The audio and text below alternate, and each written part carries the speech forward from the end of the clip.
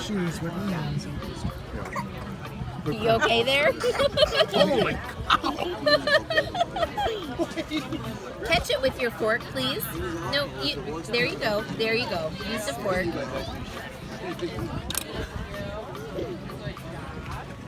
That was a big catch.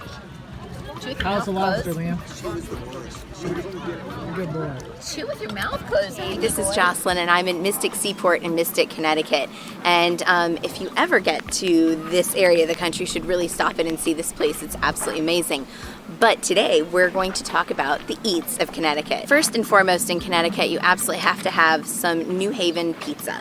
So New Haven style pizza it's actually kind of the best pizza I've had outside of Italy, quite frankly. It's a nice, crispy, thin crust, and the reason it's so crispy and tasty is because it is made in coal-fired ovens, and around here they call it a pie. Of course, if you say you want a piece of pizza, you'll get a piece of pizza. I'm going to tell you the top 2 places in the state to get it. One is Pepe's.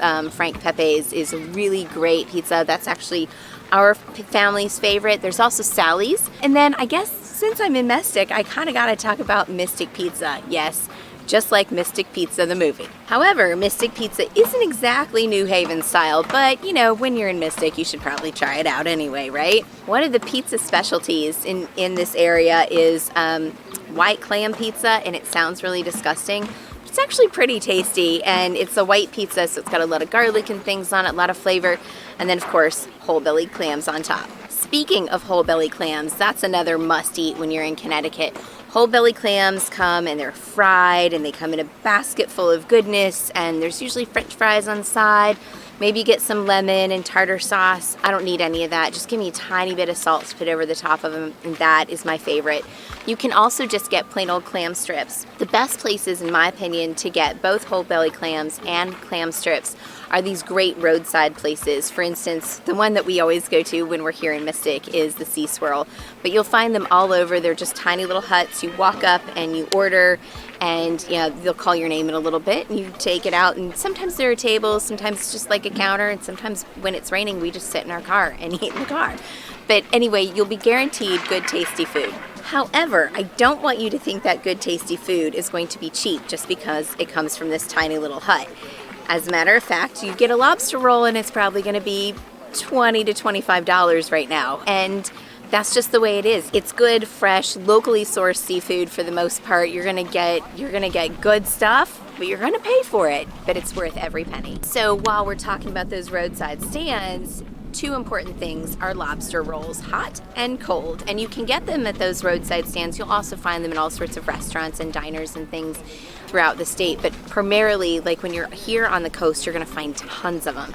And everyone's is a little different, but a hot lobster roll essentially is bread split down the top, and it's got a whole bunch of like steamed lobster, just plain lobster inside, and it's usually served with a little side of butter, melted butter, and you just kind of drizzle it over it.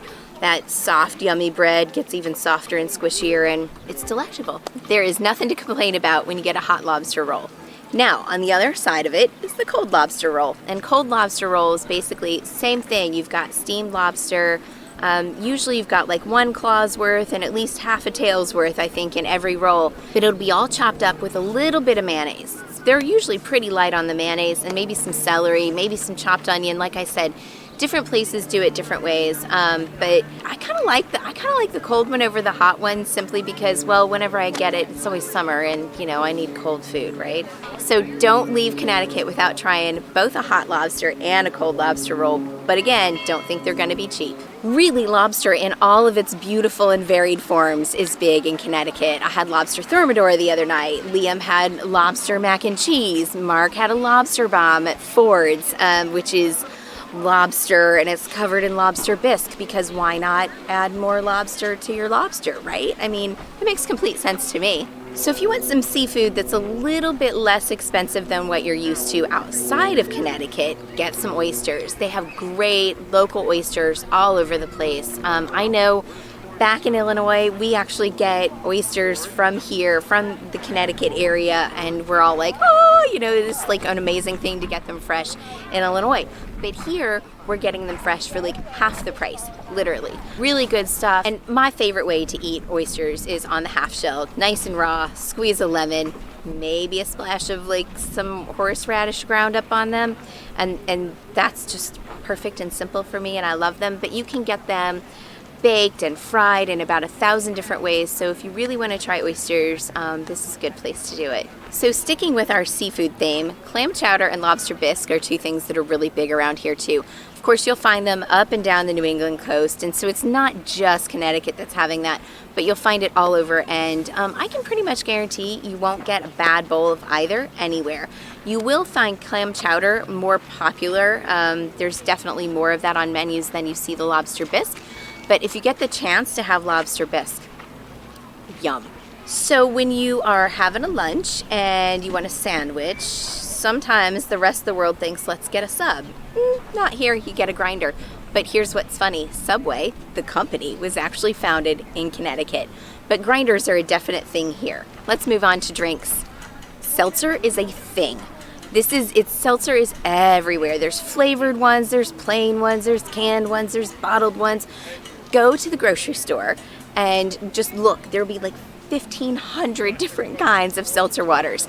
It's basically just a flavored bubble water, but oh my gosh, it's good and I love it. And it's sort of starting to make its way out into the rest of America, but it's definitely like, it's got roots here. Along with seltzer water, another yummy bubbly thing is Birch Beer and Birch Soda, neither one of which has alcohol in it.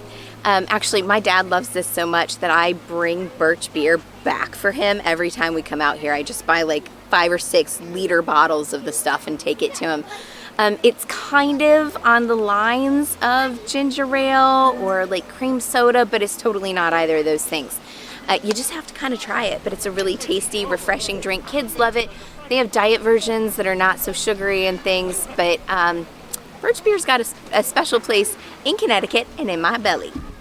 Something that's kind of seen a little bit of a decline in popularity around here, but is definitely a Connecticut thing, are steamed burgers. Whether it be a hamburger or a cheeseburger, instead of throwing it on the grill and scorching it and getting it all crispy, they steam it. Kind of like, like a White Castle burger, if you've ever had one of those. The meat's real soft and mushy, and it's kind of, I don't know, it's really juicy. It's a really good way to do it, but don't think that I'm comparing them to White Castle burgers because they're completely not the same thing. So let's talk about breakfast. Dunkin Donuts is a thing all over New England. It kind of makes you roll your eyes. You see so many dang Dunkin Donuts things, but Dunkin is the place to be, whether it's for coffee or for donuts, except during the fall when you find apple cider donuts. Apple cider donuts, oh my gosh, if you've never had them, they're really tasty. They're appley, and it sounds kind of weird with a donut, but think of like a spiced apple cake. It's sort of like that in donut form. Anyway, those are all of my favorite things from Connecticut. I'm sure y'all have some of your own. Please put them in the comment section below, and we'll see you later. Bye from Mystic Seaport.